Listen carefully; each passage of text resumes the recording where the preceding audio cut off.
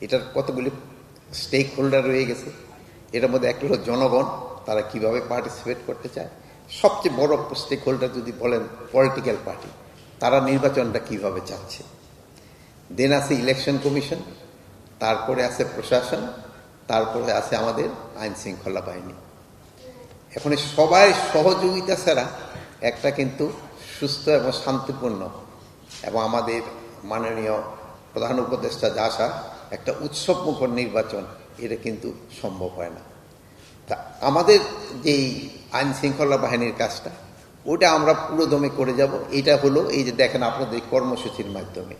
আর একটা দেখেন যে আমরা অলরেডি কিন্তু মাস্টার ট্রেনারদের কিন্তু আমরা ট্রেনিং সম্পন্ন করতে পেরেছি।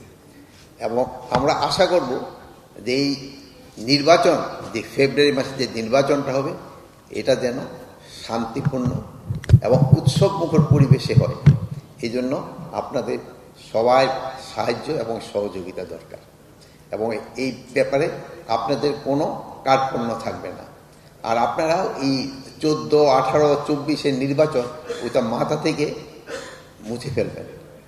আমরা সমাজ থেকে কিন্তু দুর্নীতি এবং মাদক এটা কমাতে পারি নাই।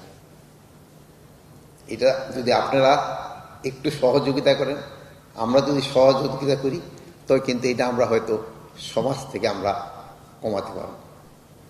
যদিও আমাদের সময় খুব একটা নাই, আমরা কিন্তু সেকেন্ড স্টেপে চলে গেছি। আমরা ইলেকশন মডিউলে কিন্তু এখন চলে গেছি।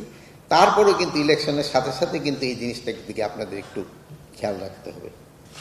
এবার কিন্তু আপনারা জাতিরে দেখাই দিচ্ছেন যে পুলিশ একটা ফেয়ার রিক্রুটমেন্ট করতে পারে।